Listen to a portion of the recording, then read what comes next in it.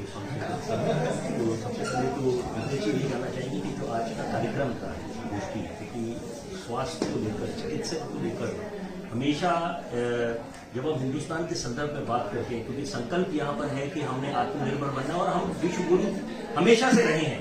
और सबसे बड़ी महामारी आई कोरोना काल, तो वहां पर हम लोग डोनर नेशन बन के उभरे और 140 करोड़ देशवासियों ने अपनी भूमिका निभाई। हमारे डॉक्टरों ने तो जो भूमिका निभाई, निश्चित बात है कि उनको कहा जाता है कि एंजल्स इन व्हाइट। तो यहाँ पर आज सबसे बड़ा संदेश क्या उभर के आया है?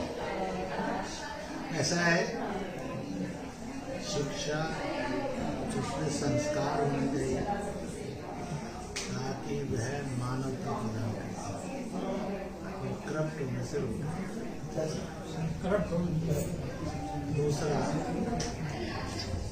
जो भी वो कमाए किसी भी रास्ते पे, उसके अंदर दान सेवा की प्रवृत्ति होनी चाहिए, वो समाज की होती है और आदमी को क्राइम करने से रोकती है।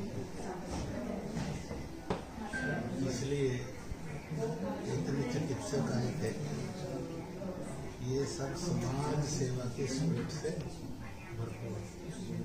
इसका मतलब है कि जो बात जो थी वो ये थी, प्रेफरेंस में, थिंकिंग प्रोसेस में और एक्शन प्रोसेस में क्या रहना चाहिए। तो nation first, nation last, nation क्योंकि माँ से संसार में आते हैं और मातृभूमि से संसार में वो इतनी धैर्यवान है कि वह अपने संतान का पालन पोषण करती है और एक दिन जब वो मृत्यु हो जाती है तो शांति से भगवान के घर भेज जाती है। माँ की सेवा सम्मान और मातृभूमि की रक्षा और विकास, ये उसकी प्राथमिकता है। तीसरी बात, इस पिछले 30 वर्षों में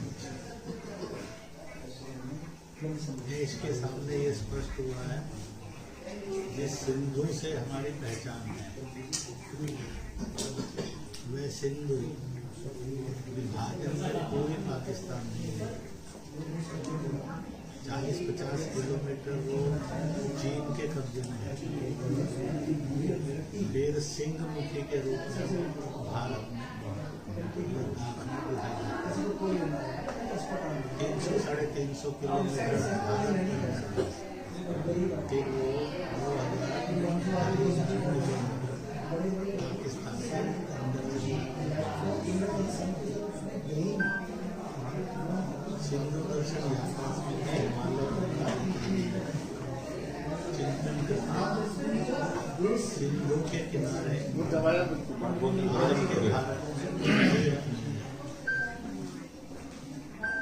इसलिए लेह लद्दाख में चैन और सिंधु के किनारे एक अद्भुत तीर्थ बन गया, सिंधु घाट, जो अभी तक नहीं था।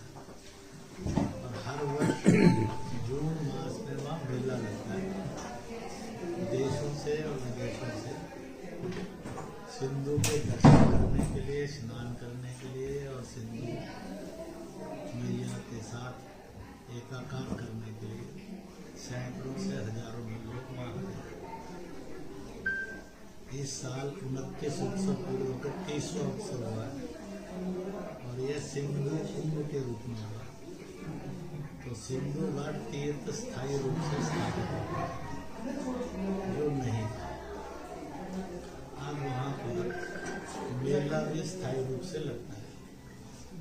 तीसरी बात, समाज में इतना प्रचलित हो गया है कि लोग जो लद्दाख लेह करके घूमने जाते हैं, वो अब ये मानते हैं कि बाकी स्थान देखने प्रसिद्ध है, वो सिंधु घाट को जाना भी है, दर्शन भी करना है, आचमन भी करना है सिंधु के जल का, ताकि वो पवित्रता मिले। और मन में ये भाव, भारत अपना हो, मन में ये भाव है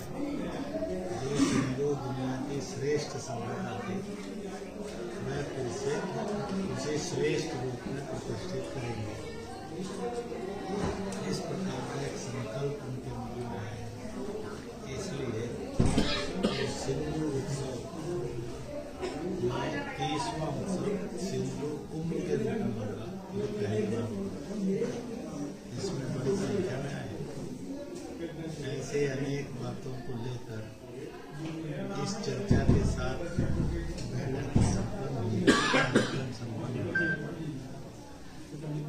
चाहे नारी शोषण हो, चाहे कश्मीर का विषय हो, चाहे बांग्लादेश के अंदर हिंदू अत्याचार हो, चाहे लव जिहाद इत्यादि,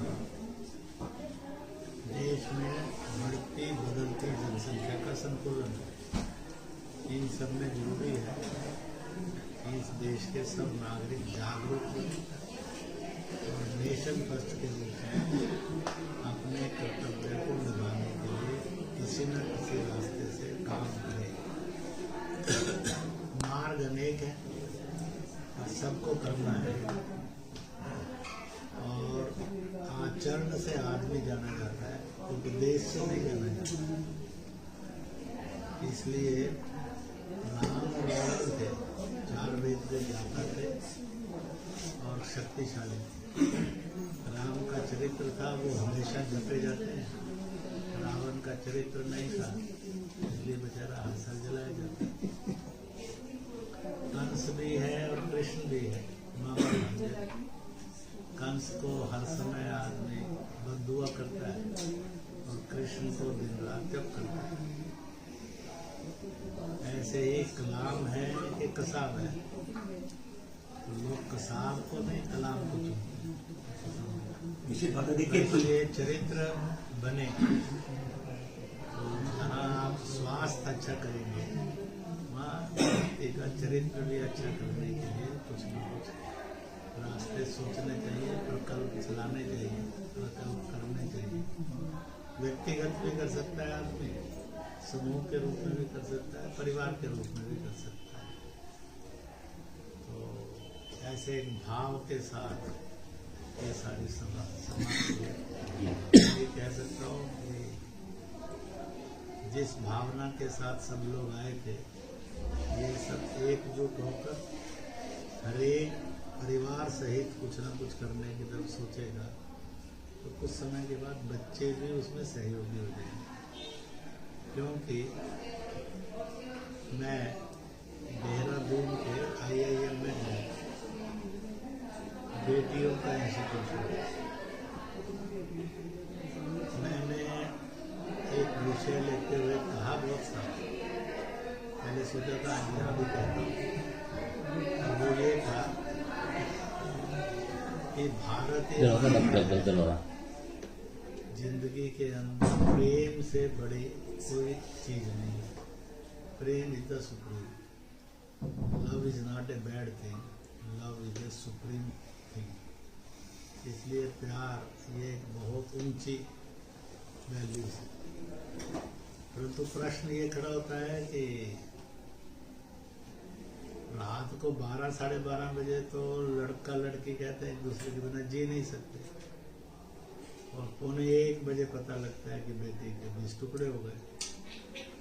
तो यहाँ आकर एक प्रश्न खड़ा होता है, जो आप कर रही थी बेटी, वो प्यार था या वासना था? वो प्यार था या व्यापार था? आपकी देह का व्यापार था या क्या था? आप प्यार करिए। राधा को कृष्ण के पास, कृष्ण को राधा के पास कोई धोखा नहीं था, परंतु आज तो धोखा है।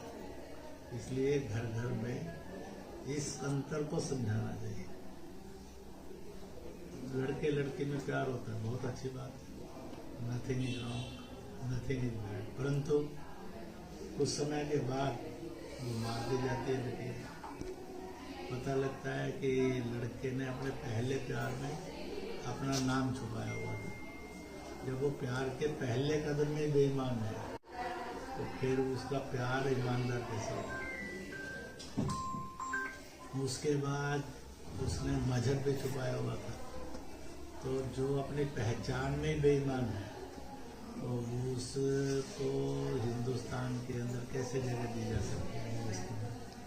संविधान कैसे प्रोटेक्ट कर सकता है? जनता कैसे प्रोटेक्ट कर सकती है? और मजहब के लोग कैसे प्रोटेक्ट कर सकते हैं? तो अगर मजहब के लोग बैड एलिमेंट्स को प्रोटेक्ट करेंगे तो society will become more bad. तो इसलिए बच्चियों को बताना चाहिए कि प्यार में और वासना में अंतर समझे। हमने वासना को स्वीकार नहीं किया, प्यार को कभी रोका नहीं। इसलिए हमारे यहाँ राधा कृष्ण का प्यार गाया जाता है, खेला जाता है, धूमधाम से खेला जाता है, इतनी ताकत से खेला जाता है कि लोग आश्चर्यचकित हैं। दुनिया में प्यार नाटकों के रूप में और जीवन के रूप में खेलने का एकमात्र त्योहार भारत में है, दुनिया में है ही नहीं। और इसलिए ऐसे सब प्रश्नों के उत्तर देते हुए आगे निश्चित बात है। तो देखिए, इससे आज जो ये कार्यक्रम का आयोजन हुआ और आपने जो अपनी उपस्थिति दर्ज करी, तो निश्चित बात है उससे काफी प्रेरणा मिली, आपने जो संदेश दिया। और सबसे बड़ी बात जो उभर के सामने आई है कि ये दौर सही मायने में हिंदुस्तान का है और संकल्प ये होना चाहिए कि हम उस दौर को दोबारा लेके आए जब हमारे महान देश हिंदुस्तान को सोने की चिड़िया कहा जाता था, the land of the golden sparrow, बशर्ते कि यहां पर हम परसेप्शन, मैं एक अंग्रेजी का शब्द इस्तेमाल करूंगा, perception matters and it can make all the difference in the world. और यहां पर हम सबको अपनी भूमिका निभानी है और निश्चित बात है कि आरएसएस का अपना एक योगदान रहा है।